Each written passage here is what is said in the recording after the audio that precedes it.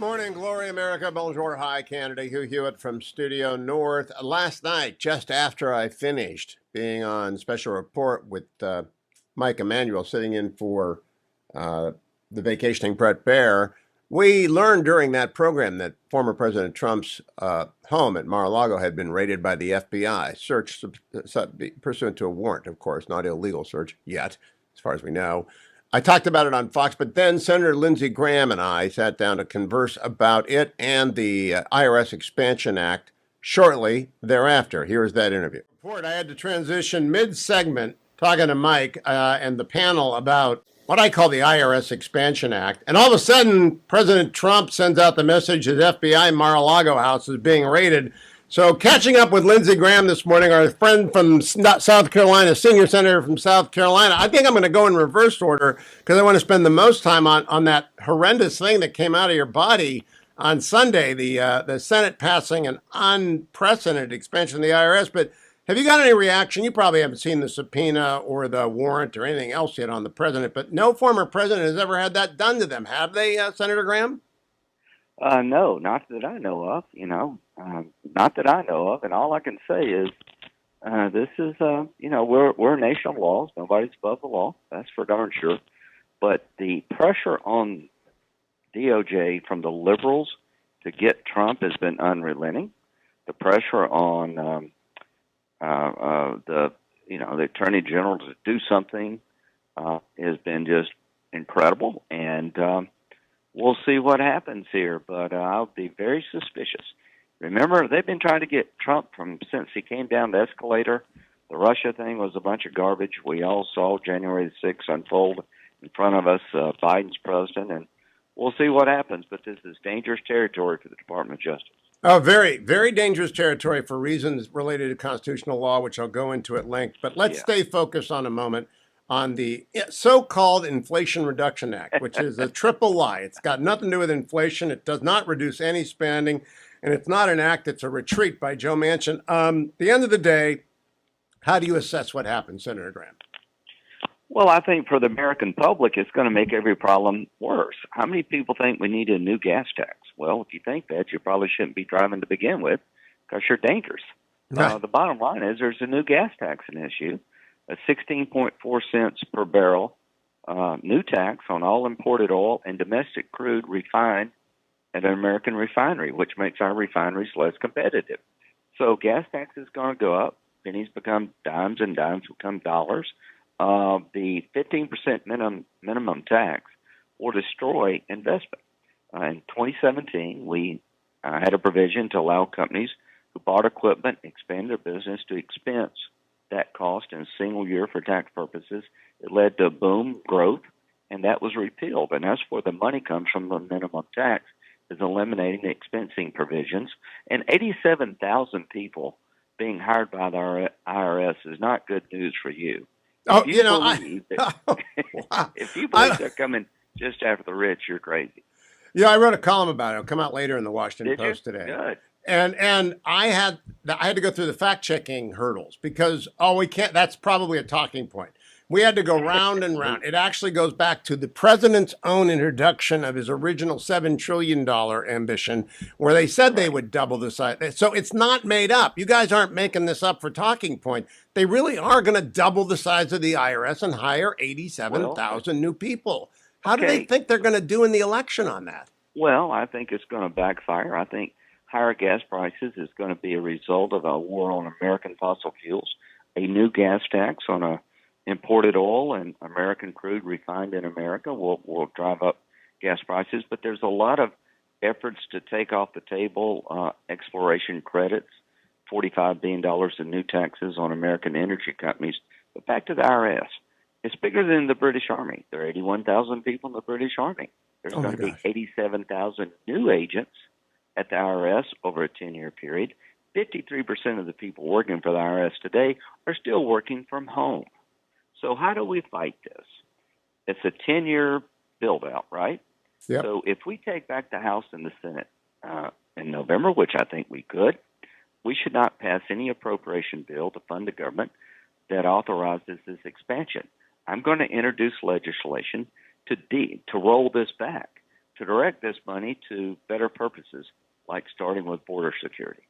Now, Senator, I think Joe Manchin must have gotten a sweetheart deal somewhere along the way because there's nothing in this that makes sense to me from his perspective. Senator Sinema, I couldn't figure out in 1,000 years in a crossword puzzle. But you tell me, what did Senator Manchin get? Well, he got a promise that if he would empower this expansion of government, if he would vote for this massive tax increase, this assault on green, American energy, the Coal Association of West Virginia slammed him because they said what he passed was would hurt coal production in America. What did he get? Supposedly, he got a promise down the road that there'd be some regulatory reform in terms of energy production and some assistance to build a pipeline in West Virginia. That's what supposedly he got. Well, how does he get this? When we fund the government at the end of September, we'll have to do something to keep the government running. A continuing resolution will be offered, and apparently they're going to put all the goodies for Joe, and some of it I will actually agree with, on the CR to pay him back. Over my dead body, will I vote for a continuing resolution that is a political payback scheme. And if you're going to give him energy regulatory relief, I've got a bunch of ideas in South Carolina. This will never happen. I've told him to his face it wouldn't happen. It was a pretty dumb thing to do, in my view. Well, if he gets something for West Virginia, Ohio's next door. Don't Rob Portman and Sherrod Brown get something? Well, I'll tell you this, to every Republican out there, I want to fund the government. I don't want a government shutdown. Why don't we do one of two things? All of us get something. I've got some things I need in South Carolina on the energy side that would help my state. All of us get something, all boats rise. Or we just do a clean CR where we just fund the government at current levels and try to pass appropriation bills in the lame duck. What I want to let people know on our side is if we give into this, if we allow reconciliation to be used in a fashion like it was, and the payoff comes through a continuing resolution, we're eroding the way the Senate operates. And I'm hoping no Republican will give into this because it makes no sense, and it will incentivize, I think, all the bad things about politics. Well, the vote-a-rama went pretty well by I was very much a pessimist because messaging is usually pretty bad. But the press conference that you and Senator Thune and I believe Senator Barrasso, a couple others did on Friday was actually the best messaging I've seen in a long time. Actually, it's also very funny about it was likelier that the Taliban didn't know that Zawahiri was in Kabul, then this reduces inflation. But beside being funny, it was pointed. You stayed on point. Will the Republicans coordinate their messaging into November? And well, absolutely. Sometimes, songs write themselves. Sometimes, this writes itself. Okay, you got to remember the first thing I did at the news conference was remind you these are the same people that told you in March of 2021 the American Rescue Plan would double the economy. Well, in March 2021, inflation was 2.6%. It's 9% now. What happened between March and now? The American Rescue Plan became the American Recession Plan. It flooded the zone with new spending and new taxes.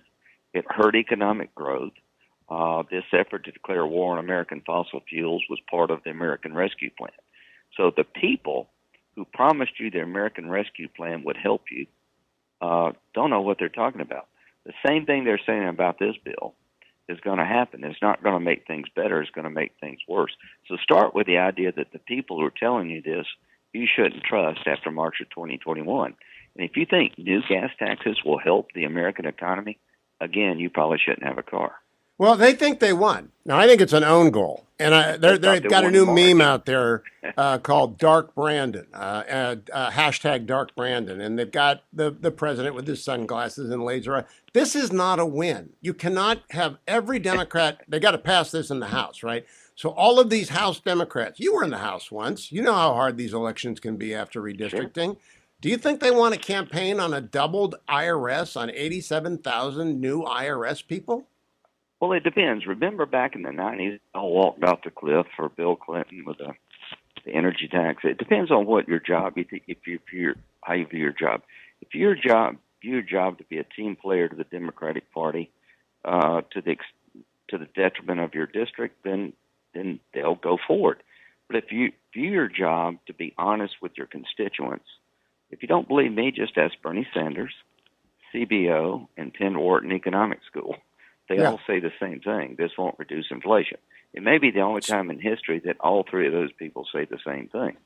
So stop right there. We're going to come back with more of my conversation from last night. We returned to the raid on President Trump's home at Mar-a-Lago with Senator Lindsey Graham, who is ranking member on Senate Judiciary Committee, I believe. Right after this, it is the Tuesday morning edition, August the 9th, the year of our Lord 2022. I'm Hugh Hewitt, live from Studio North. Welcome back, America. Hugh Hewitt. I talked to Lindsey Graham last night, and we're going to come back to the Mar-a-Lago raid by President Trump at the conclusion of this. But right now we're talking about, and we were talking about last night, the IRS Expansion Act that adds 87,000 IRS agents to the IRS, doubles the size of the budget of the most feared agency in government. Let's continue the interview. So this is not going to reduce inflation. It will increase gas prices. And go sell to your constituents. Now's a good time to increase the IRS sixfold at the expense of other things in our government. Now let me ask you, Senator, in terms of Robert Byrd versus Joe Manchin, if Robert Byrd had passed the bill that just passed, the 87 IRS agents would be taking up offices in West Virginia. Is there anything like that in this in this bill? Not that I know of. And, listen, we've all I've been on their show praising Joe for keeping the filibuster intact. Listen, I worked on a bipartisan infrastructure bill that I thought made sense. I worked on the CHIPS Act. It was probably too expensive, but it still made sense. Try to develop chips that we need for our military and domestic consumption in America and not rely on China and other places. So it's not like I can't work with the guy. Here's what happened. This is the same Joe Manchin who voted with the Democrats in March of 2021. Just imagine every Republican voted no. What does that tell you? Susan Collins, Ted Cruz, Lindsey Graham, all of us saw this bill as being hurtful to the economy. And Joe Manchin was wrong in 2021. He's wrong now. And I think he's done a lot of damage to the people in West Virginia. That's at least what the Cole will say. All right, let me close by going back to the raid on Mar-a-Lago. And details are not going to be clear for a day or so, but you stop it right there, would you? I'm going to come back to that. The raid on Mar-a-Lago, that is the number one thing today. Now, I'm here to tell you, yes, former presidents can be subject to legal process, especially federal criminal process. All you have to read is Trump v. Vance, Supreme Court case of 2020, and you'll get all that you need. But it has shaken the political world completely, and it has energized the Republicans who point to the long, long history of Get Trump. And, as Senator Graham and I will discuss, we both agree with and disagree with the president on many things.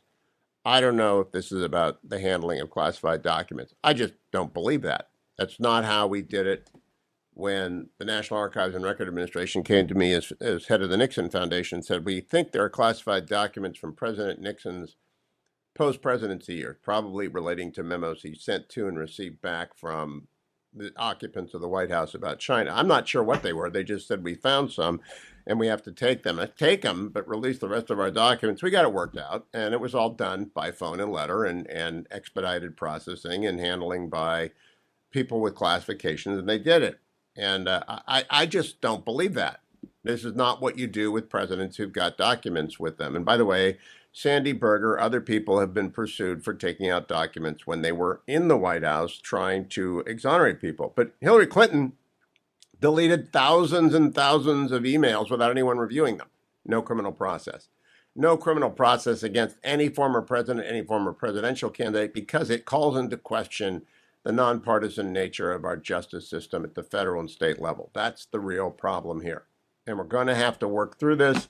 And boy, are people ticked off. And they are not all just Trump lovers. There are a lot of people who say this is taking the Republic into dangerous territory, as you'll hear Lindsey Graham say when we come back. Back, America. It's Hugh Hewitt. Last night, President Trump's residence, former President Trump's residence, Mar-a-Lago, was subjected to a thorough search, including the evident opening of his safe and the seizure of papers and all the kind of stuff that goes with an FBI raid. And some in the left wing are objecting to the term raid. That's what we've always called these things. It's a raid. I talked about it with Lindsay Graham last night about 7:15. Here's the rest of that conversation. Close by going back to the raid on Mar-a-Lago. And details are not going to be clear for a day or so. But you get Merrick Garland in front of you, don't you, on Judiciary pretty soon? Yeah, we just we have oversight, and we had the FBI director there a few days ago. And here's what's playing out here. Okay, so the same FBI agent that was involved in Crossfire Hurricane, the FBI analyst for Crossfire Hurricane, who never gave any indication the Steele dossier was not worthy of respect, who knew about the Russian subsource disavowed the document, never kept supporting the warrant application. That same guy was sitting on the Hunter Biden investigation that basically, put a lid on it. So the FBI's got a problem with a conservative world to begin with. All I can say is nobody's above the law, none of us, but the politics around getting Trump have been going on so long and so often that we're talking about constitutional principles here. This is a dangerous moment for the American Constitution. We'll see how this plays out. Let me come back with one last question, Senator. I have here my constitutional law casebook, which I use every year when I teach con law. It's by Randy Barnett and Josh Blackman. In it is Brandenburg versus Ohio, which holds you must have the present intent and the present ability to cause violence in order to be charged with a violent act as a result of speech. The president gave a speech. Even if you take the worst view of that speech and you say he really wanted violence, it doesn't pass the Brandenburg test. So they can't get him on assault. They have to get him onto seditious conspiracy. Honest to goodness, are they going to try and make that fly? Do they really think? Yeah. Go ahead. Number one, I'd hate to have to prove that Donald Trump conspired with anybody about anything. That means you got to have a plan and stick with it. Good luck. So that's not his strong suit. So he's a good president, but that's not his strong suit. So the bottom line here is that the Brandenburg decision says political speech is among the most protected speech, right? Yes. So all politicians say inflammatory things, but the January 6th committee has become a joke because nobody's asked the question, what about the people who came to Washington the night before the speech with violent intent? What about the guy that planted bombs before Trump ever gave the speech? So the bottom line here is we're getting in some very dangerous territory. The transfer of power did occur, and everybody saw what happened on January 6th. It was a sad day for America, and I'm glad people who participated in the violence and are being held accountable legally. But at the politician speaking to crowds, that is a tough test in terms of liability for actions of others. And as you said, this conspiratorial approach, just be careful what you wish for. Yeah. Will it make the president stronger politically to persecute him or prosecute him? Listen, this guy, he's been most blessed person in the world in terms of his enemies. He's done some, things that you and I don't agree with, but his enemies have been so relentless, have lied so much, have manufactured so much over time that I do believe that Republicans particularly have become suspicious of the legal system in America, used more often as a political tool than it should be. It depends on what they find. It depends on what they're pursuing. But the desire to get Trump and the pressure to get Trump is unbelievable and unrelenting. This could be a very dangerous moment for the American Constitution. We'll see where this goes. Senator Lindsey Graham, thank you for joining me. Much appreciated. Welcome back, America. I'm Hugh Hewitt, joined by David M. Drucker. Follow him on Twitter at David M. Drucker, chief political correspondent for the Washington Examiner. David, your reaction to what we've learned thus far about the raid on Mar-a-Lago? Well, I don't think we know enough for me to have a real competent reaction. There are the political implications, but even the political implications so far are in reaction to something that we don't know enough about. And so on the one hand, we could in theory find out this was completely justified and makes a lot of sense, despite how unusual it is. or we could find out it doesn't. But I would predict that no matter what we find out, everybody's going to revert to their corner and conclude that they either like what they hear or don't believe what they hear. And I would say, as a matter of the midterm election, he has a match to begin with. They're going to win the House majority because, at the very least, the Democrats are defending a 5-seat majority that's so thin it's impossible to defend. And even though the Senate races have looked tougher for Republicans in the summer, as been saying recently, we've seen this movie before, at least in the 21st century, with wave elections, where it starts out okay for the party in the White House, then it looks really, really bad for a long time. Then it looks like, wait, maybe it's not so bad. And then it all goes the way it looked like it was going to go, especially when you look at the states where Republicans are on offense or even where they're playing defense. So we need to know more before I can tell you, okay, this is the potential different impact, but I don't think we know enough. Assume for a moment that we won't know anything more than we do now, except that they have a warrant alleging misappropriation of classified materials, which is what's been leaked as their cover story, and say that's where it sticks for 10 weeks. They don't get Ray in front of a committee. They don't get Merrick Garland. If they do, they say it's part of an ongoing investigation. We can't comment on it. White House sticks to its dummied up Beetle role that we don't know anything. They're hedgehog. We don't know anything. It's not our watch. And the Trump people are furious. I've been taking furious calls all morning. If it's just what we know now, what impact does it have on turnout of who votes in November? I don't know that it necessarily has any impact, but I'll give you two scenarios.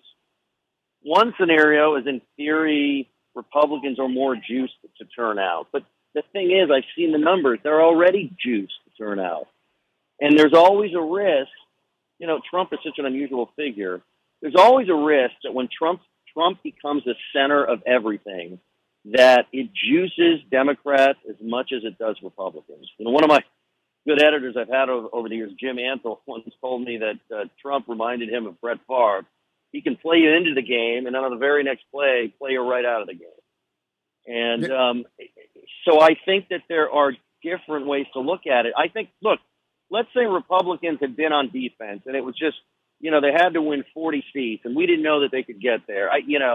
And they just weren't happy with their leadership, and I don't know, they were dispirited. It would be unusual in a cycle like this.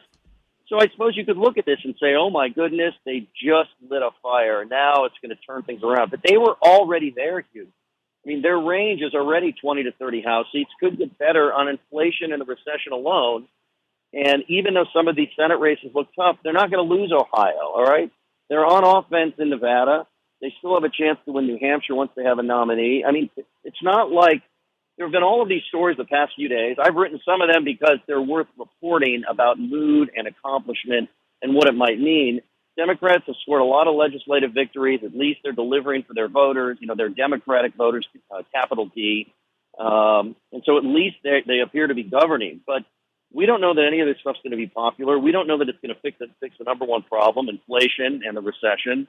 And so I don't know that they've really dug themselves out of any hole in this particular cycle. So, David, if I'm Dr. Oz, if I'm Herschel Walker, if I'm J.D. Vance, if I'm Adam Laxalt, if I'm Tiffany Smiley, if I'm Joe O'Dea, and tell me if I've missed anyone, I say, imagine hiring 87,000 new IRS agents, and they do to you what the FBI just did to Donald Trump, because they have the same authority. In fact, they have greater authority because they can attach liens without judicial process. That's that's what they're going to go. The Democrats just hired 87,000 new IRS agents. They're not FBI agents, they're IRS agents, but they can do to you and your business what the FBI just did to Donald Trump at Mar-a-Lago. So if the former president of the United States is subject to that, these 87,000 new IRS agents can do that to you. Does that work for Republicans as a message? In some cases. I don't think it works in Washington State and Colorado at all. Does it work in Arizona? Maybe. I think it works in Ohio. I think it works in North Carolina. But does it work in Pennsylvania and New Hampshire? Anyway.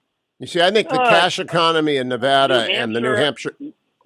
New Hampshire, I don't think it worked. Pennsylvania, maybe. I think it works in New Hampshire because it's the anti-tax state. I think it works in Nevada because it's the cash economy state. But we shall see. David M. Drucker on Twitter will follow this story all day long. He'll update it. Byron York is next, America. Stay tuned. Morning, glory, America. Bonjour. Hi, Canada. I'm lucky. I'm lucky that I was talking to Lindsay Graham at 7 o'clock last night and talking to him about the raid at Mar-a-Lago. I'm lucky to have David Drucker on last hour. And now Byron York, also of the Washington Examiner. You see him on Fox News. Byron, it's been less than 12 hours since word broke. Yeah. It's just exactly 12 hours. What's your reaction to the raid on Mar-a-Lago? Well, last night I just began to have this realization, and I thought, they raided his house over the Presidential Records Act. I don't believe that. I just can't think that. If you listen to commentary today on CNN, so this is kind of an George Conway, who is rabidly anti-Trump, said, quote, "They've crossed the Rubicon here. Not even Richard Nixon's house in San Clemente was searched by the FBI, as far as I know." He said, "Merrick Garland doesn't do things rashly. We have to conclude that there's something behind the curtain that would surprise us." So the general commentary in the sort of anti-Trump media is there must be something big here. I mean, they wouldn't just do it over a classified document. There must be something really big, and we just don't know it. I'm not sure about that. I'm absolutely not sure about that. Byron, I said last night to someone else that the media today are like football teams, and the coaches on the sidelines are like the RNC and the DNC. They're calling the plays and they're doing their best. I just don't believe in media commentary. They don't. I bet you that guy, George is a smart lawyer, but I bet you he hadn't read Trump v. Vance recently, the 2020 case that says, well, look, states, criminal grand juries can, in fact, subpoena a sitting president. Well, if a state grand jury can subpoena a sitting president, then the FBI most certainly can legally seize the papers. But there's a warrant. And the warrant's got to say what it's based on. And a judge Thank you very much. That's what we need to know. Now, first of all, we've seen this now with the case of Jeffrey Clark, with John Eastman, with other people who were in Trump's orbit who were involved in the January 6th matter. They were either their homes were raided or their persons were accosted and their phones were taken. Now, I'm going to ask you, the law professor here, there is a warrant, and Trump is entitled to a copy of the warrant, right? Yes. Okay. And the warrant usually has the judge saying, I am giving the FBI permission to search these premises for these things based on the affidavit that I have been presented by the FBI. So there's like a one-page warrant, and then there's an underlying affidavit that gives the reasons for doing this, and the person who searched is also entitled to a copy of the affidavit, right? Yes, and they're also entitled to some specificity in the warrant as to what may be searched. So Trump should make these public today, shouldn't he? Absolutely, but you know what? There's also material collected in the course of an otherwise lawful warrant, including incriminatory material. And so you get the door is pried open with the warrant on the basis, I think, just absurd basis of classified documents. By the way, I must tell you from personal experience, the archives found classified documents in the Nixon post-presidency papers at the library 3 years ago. We had a fight about that. They wanted to sequester the whole post-presidential archive. I threatened them with all sorts of mayhem, and they reduced it to 8 files, and they took them to Maryland. And I think they had to do with the president's travels to China and his memos back and forth to Bill Clinton and George H.W. Bush about that. And we should note that Richard Nixon left office 48 years ago. Right. Every single president has classified materials because they're president. By the way, they get briefings. Every former president gets briefings from the agency that are classified. So there's classified material by operation of standard operating procedures, right? And this president, who is particularly threatened by Iran because he killed Soleimani, has been offered classified briefings about the threat. So it is a given that there is classified material at Mar-a-Lago. All right. It's a given that he took notes on who's trying to kill him and why. It's a given that so they have to detail that, but then they get it all. I want to know who gets it, who reviews it, who's going to leak it. Because the one thing we know, the thing I can say for certain, I'd love your comment, is we have a long list that begins with Brennan, Comey, and Clapper going to see him in Trump Tower before he's president, continuing through Stroke and Wasserman and Goldstein and through Adam Schiff, lying about this president. And you wrote the book, Obsession. You know what they do. I'm not buying that this is fair, neutral, and otherwise would happen to anyone who'd done what Trump had done. Yeah, and I think maybe the pinnacle of that occurred in January 2017, before Trump became president, in which the top agencies engineered a way to get the Steele dossier into the public discussion. Yeah, they salted the mind. By briefing him on, by briefing Trump on one aspect of it, the so-called P-tape aspect of it, and then leaking the fact that it had been briefed. And of course, news organizations said, wow, the nation's top intelligence chiefs are briefing the president-elect about this. It must be big. So here you have the FBI has raided Mar-a-Lago. It's done something absolutely unprecedented. So you think, or some people think, it must be big. And maybe it's not what they say it is. But I think the first step is for the president himself, the subject, the target of the search, to, one, demand the documents that he is entitled to, and two, make them public immediately. The worst thing that has happened in all of the Trump-Russia stuff was this phony secrecy that always surrounded things, so that the New York Times or the Washington Post could publish little snippets of information that it had been fed by interested parties.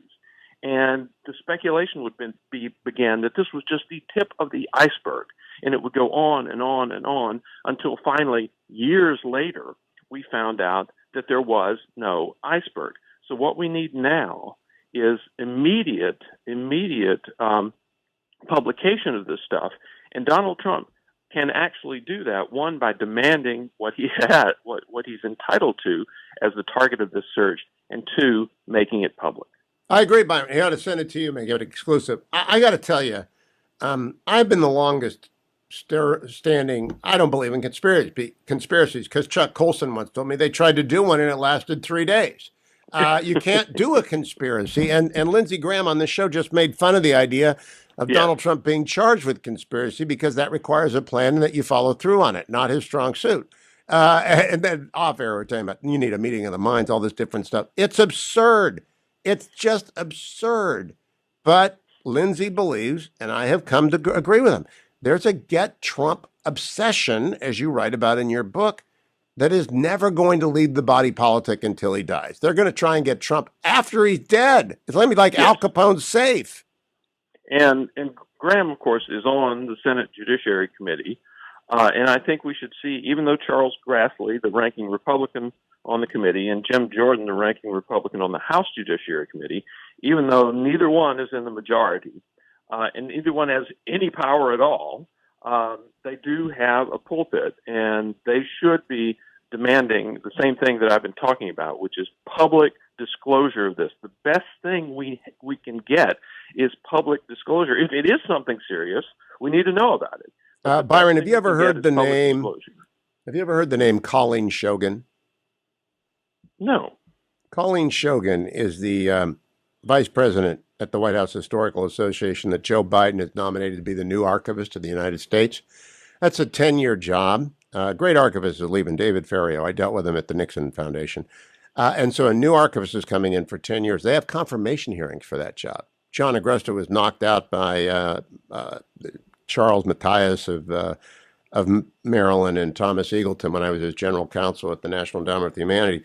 NARA is allegedly the moving agency here. The National Archives and Records Administration is allegedly the so those confirmation hearings are a way in. But right now, whoever has oversight over NARA and whoever has oversight over this confirmation hearing has got to be asking everyone, get all your papers ready. I want to see every communication that you had with the FBI about the Classified Records Act and the Presidential Materials Act, and I want you in front of my committee to answer questions. Right? Doesn't that make sense? Absolutely, absolutely. And we also should go back and look at the things that we do know now. For example, a man named Jason Foster used to be a top investigator for Charles Grassley in the Senate, has been tweeting stuff this morning about the agreement between the FBI and Hillary Clinton over her servers. And basically, it's some people get FBI raids and others get extensive negotiations and requests. And ultimately, the FBI agreed to destroy the evidence.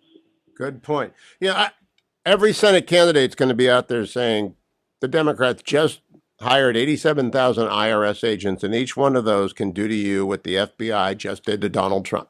I just think the campaign took a big turn yesterday, and Democrats don't even know it because they are, in the words of Byron York's book, obsessed. I'll be right back, America. Thank you, Byron York. Follow him on Twitter. I'm Hugh Hewitt.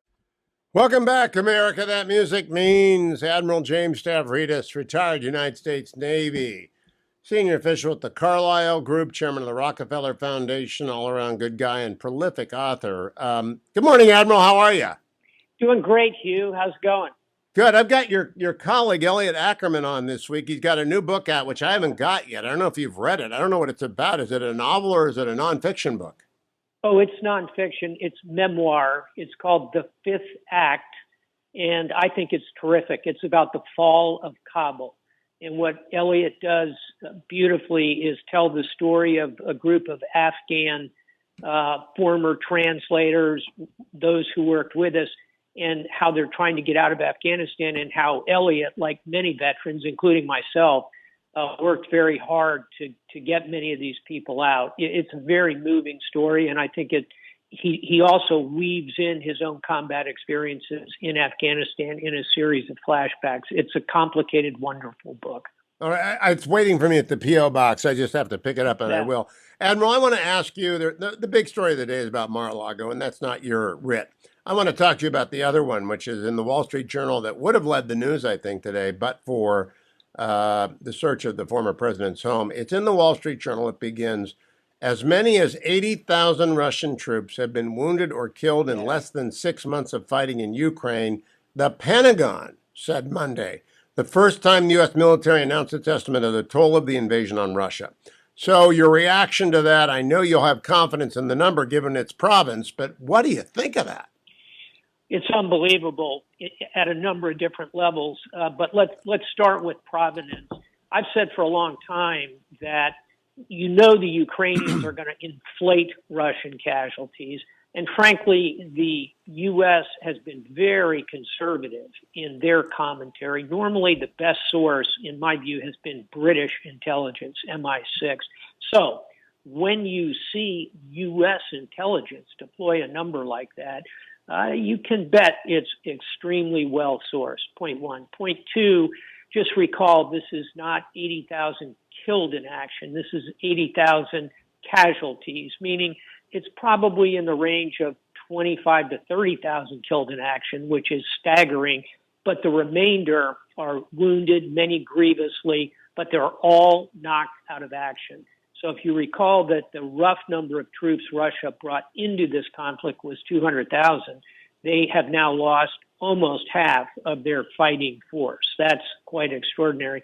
And third and final point I'll make, Hugh, is, again, what's amazing here is the speed with which this has happened in today's context. You go back to World War II and you could see casualty counts like that at the Battle of Stalingrad or the Battle of Iwo Jima. But in today's context, casualties tend to stretch out over long wars. Look, we were talking about Afghanistan a moment ago. In all the war in Afghanistan and Iraq combined, U.S. had 7,000 killed in action, maybe 40 or 50,000 total casualties when you take the wounded.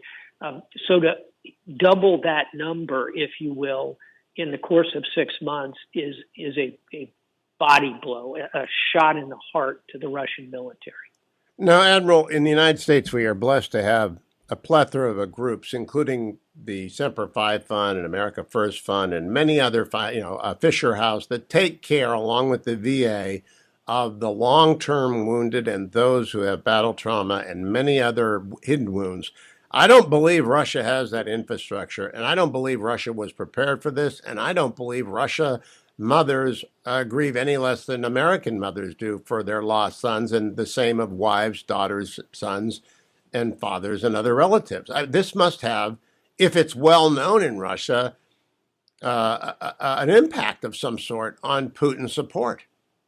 It will over time.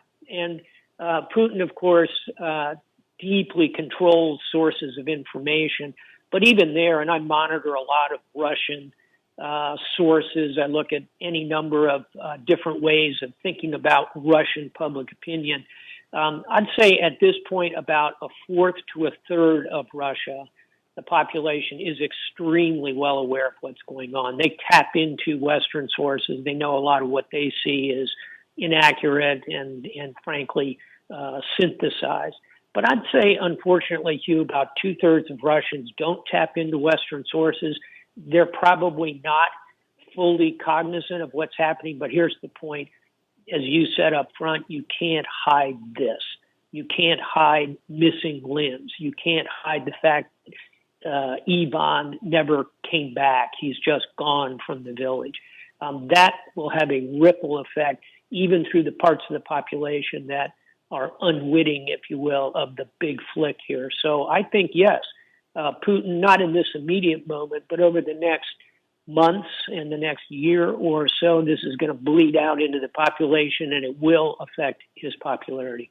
Now, I have to ask you about Taiwan, but let me quit one closure on Putin. He's been spending a lot of time with Erdogan, a lot of NATO allies, and you were the Allied Supreme Commander of NATO for a long time. A lot of allies are worried about Turkey and the Russia dance. They used to fight all the time throughout the 19th century, and now they're dancing. What do we think of that, Admiral? First point I always make, as Supreme Allied Commander of NATO, Turkey's military stood and delivered on every operation. Afghanistan, Libya, the Balkans, piracy, highly professional, highly capable. They came when the alliance called. But as you point out, Erdogan has become closer and closer, I think personally, to President Putin, and that is very worrisome. There can be some upside to that, frankly, and look at what Erdogan was able to do in bringing Russia and Ukraine together to, at least thus far, create a potential solution to the grain embargo. So having a channel from the alliance to Russia is not entirely a bad thing. On the other hand, when President Erdogan decides to buy high-end Russian armaments like the S-400 anti-air system, that really worries the alliance. It's a mixed picture. I'll tell you the picture that really worried me more than Erdogan going to Moscow was Erdogan in Tehran. That was about 3 weeks ago, appearing with Vladimir Putin in Tehran. I'm more concerned about his lean toward Iran than I am about his dalliances, if you will, with Russia. I think he's smart enough to know how far he can go in both of those cases. But yeah, it'll make many in the alliance uncomfortable. Now, Admiral, to Taiwan and China. There is an imposed narrative because we in the West think that Xi is going to wait to do anything vis-a-vis Taiwan until after he's elected to a third term. Isn't there a counter likelihood and evidence by these exercises, which are ongoing and ominous, that, hey, maybe he takes it first and fights the war now and then says to the Chinese Central Committee, you can't really change horses in midstream. You wrote 2034 with Elliot Ackerman about a hypothetical war between China and Russia, one that limited in scope but very dangerous. What about now? I still think, based on everything I see and having spent well over half my career in the Pacific and having visited China many times and knowing, I think, the way the Chinese think, I think they're patient and they are going to wait. I don't see an immediate concern here. The novel you mentioned, 2034, a novel of the next world war, is set in the year 2034. I think that's a more realistic point where a collision that leads to a significant war occurs. However, the decision to go to war is often unpredictable in history. It's incredibly difficult to predict when a nation will hit a tipping point and decide they want to make a move. I'll give you 3 reasons I think this is not that moment. You already mentioned one of them, the 20th Party Congress coming up. Don't rock the boat too much between now and then. On the other hand, you have to look strong. But I think President Xi is also asking himself, I wonder if my generals are as bad as those Russian generals appear to be. I think that actually gives him some pause.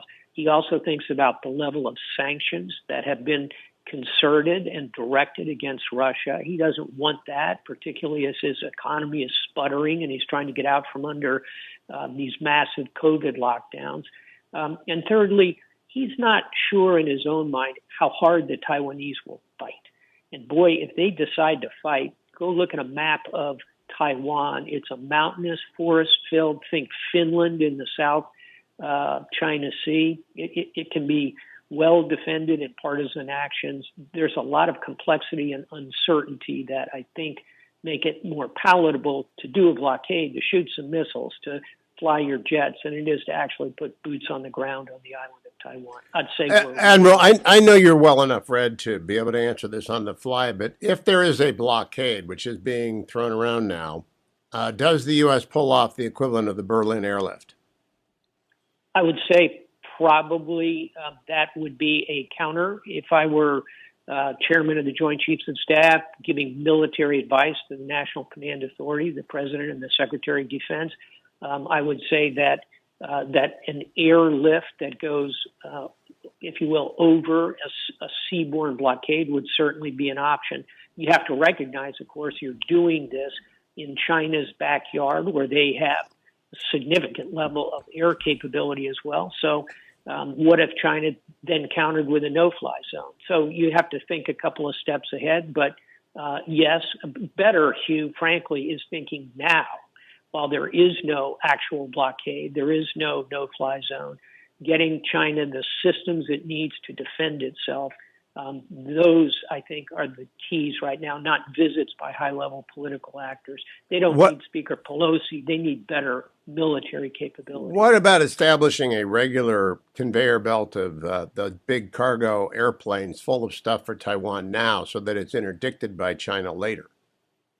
I see no problem with front-loading the kind of capability they need. Things like smart sea mines that can be turned on and off, anti-ship cruise missiles that have range, and drones that can direct them, better cyber capability. One of the big things we're seeing now is a major cyber attack going on directed against Taiwan. Yes. Better missile defense. Those are the kind of things that, I'd put them on big planes, move them in with regularity, make the Chinese understand that's not going to stop. Admiral James Stavridis, always a pleasure. United States Navy retired. I love talking to you and good luck. I know you're a busy guy. I appreciate your taking the time this morning. James Stavridis. Follow him on Twitter. It's Stavridis J. It's a very easy Twitter handle to find. Stavridis. Morning, glory, America. Bonjour, hi, Canada. It's voting day in Minnesota. Cold to my affiliates in Duluth and Western Minnesota. Of course, to AM 1280. The Patriot listeners in the Twin Cities, get out and vote. And if you're anywhere near Minnesota's 3rd, vote for Tom Weiler, who is, I've long thought if Congress is ever going to get to the bottom of things, they need a submariner. And that is Tom Weiler. Good morning, Tom. How is your campaign going? And are people voting this morning? Good morning, Hugh. Campaign's going great. And yeah, absolutely. It's primary day in Minnesota. So get out there and vote. Fortunately, in CD3 here, I have no Republican challenger. So we like our odds going into the primary today, and we've been focused on our general election to bring some common sense conservative leadership back to Minnesota's 3rd district.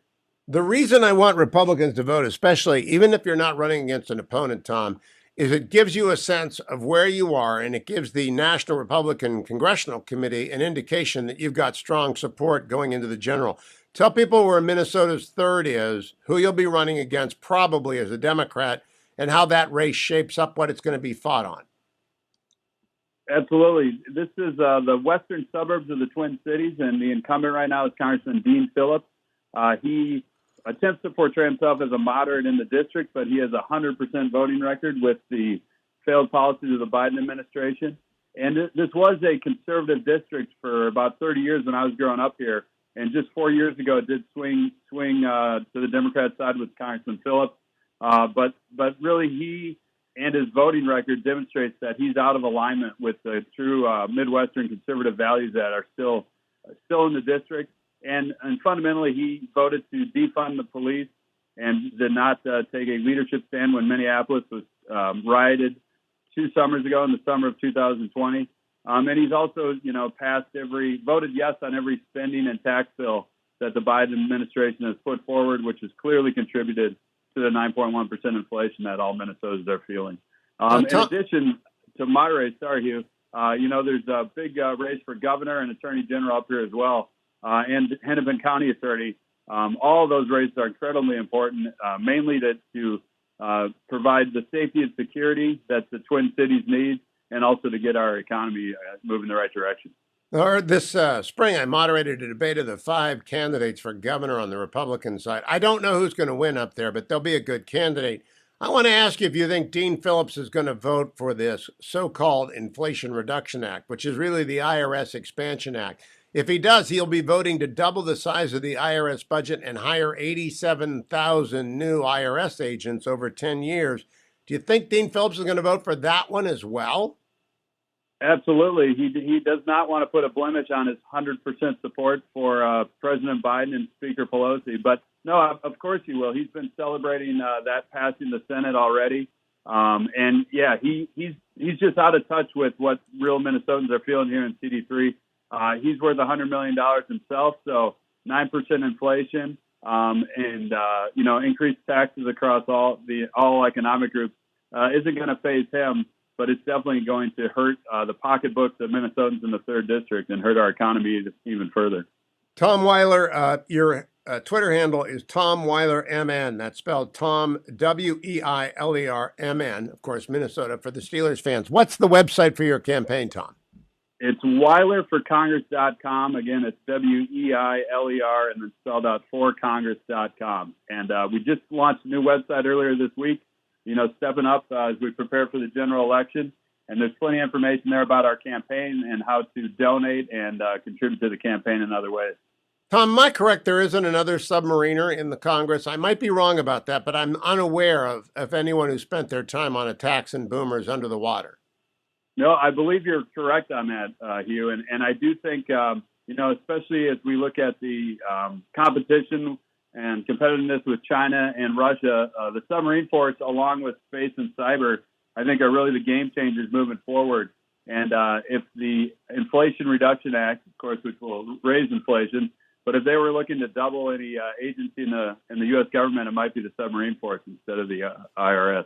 Oh, I couldn't agree with you more. Now, Tom Weiler, in terms of, did you finish out as a commander? Are you in the reserve still, or did you finish out as a commander? No, I retired as a commander, got through executive officer, and then unfortunately, executive officer on the USS Michigan, and then unfortunately got diagnosed with Parkinson's disease just before my commanding officer tour. So I did not get my commanding officer tour in. Being an XO on a submarine, attack submarine, the USS Michigan, or is that a boomer? Actually, that was an SSGN, so a converted boomer, former boomer, and then converted to a Tomahawk platform, and we did some special operations out of her as well. How long do tours on a either the cruise missile Ohio class or the missile Ohio class? How long are those tours under the sea? Well, you're attached to a boat about three years. Deployments for a fast attack are normally about 6 months at a time. And then the boomers go out anywhere from 2 to 6 months, depending on where they are in their operational cycle. Now, are they still quiet beyond quiet? Can the Chinese track them, Tom Weiler? Well, not to get into this classified information, but I've been out of that world for a little bit now, so I can talk about what it was like when I was there 2 years ago. And fortunately for us, our technology keeps getting better and better. But yes, we definitely have the advantage under the sea right now. And we need to keep it that way. And both, China in particular and Russia continue to try to improve their underwater platforms. And we need to keep our competitive advantage in that area because that's really a game changer, like I said. But we could use you in the Congress talking about the submarine fleet because if there is any, I talked about it with every candidate in 2016, the need to replace the Ohio class. Okay, we've got the Columbia class on the drawing boards, but it's been pushed out, delayed, it's over budget. And there is, I don't think there's a more critical part of our nuclear deterrent than the future Columbia class, just like the Ohio class submarine currently at sea is the key to our backbone deterrent.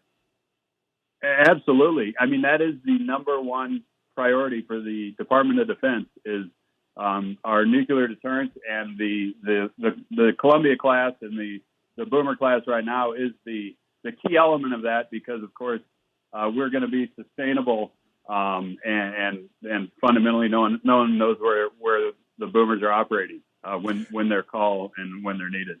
Now, Tom Weiler, the Minnesota 3rd is a competitive district. It was just redrawn. I don't know what the incumbent Democrat's advantage is, but he does have $100 million. You need a lot of small donations, do you not?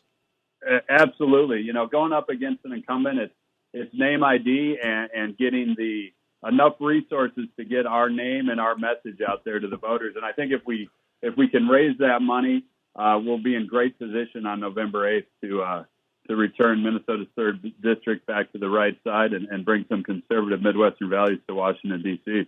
I know you're working hard, as is your beautiful wife and family. I saw you at that debate I moderated. How is the turnout? How is the enthusiasm among Minnesota Republicans and independents to toss this guy out? I think there's a lot of momentum. You know, it's the hunt for the red November up here in Minnesota, and there's a lot of momentum, and a lot of that is just because the people in the 3rd district and throughout the Twin Cities, you know, feel the impacts of this crime wave. You know, that was unfortunately Minneapolis sort of the epicenter of the defund the police and empowering and emboldening criminals almost, and that crime is spreading out to the 3rd district. And Minnesotans have had enough of that, and as well, this is a 9% inflation and $5 gas. Minnesota's looking for a change, and we're ready to turn the ship around up here in Minnesota's 3rd district. You know, I'm about to do my ad for andrewandtodd.com. People want to buy a house, and interest rates have gotten away from them. Do you hear from young families like your own that want to buy a house and have just been priced out by Biden inflation? Well, absolutely. You know, I'm a middle class family. You know, we have just retired from the military, 2 little kids, and yeah, between the inflation right now and the increased interest rates, it's just a completely different dynamic than it was 5 or 10 years ago, especially for young families. And we are seeing a lot of sort of more interest than normal from young voters, and really the young Republican voters in particular. There's definitely a surge that we haven't seen up here in the last couple cycles. Last question, Tom Weiler. Last night, the FBI raided President Trump's Mar-a-Lago home. How much does Trump come up on the campaign trail, and do you expect to be answering questions about that today? It pops up, you know, typically from the media or individuals in the media, you know, trying to focus on the past and not the future. It definitely doesn't pop up from the constituents in Minnesota that I've spoken with. Like I said, they're worried about crime, they're worried about education, and they're worried about their family's financial future. Tom Weiler, thank you for joining me. Weiler for Congress, WEILERFOR, Congress.com. If you're a submarine fleet person,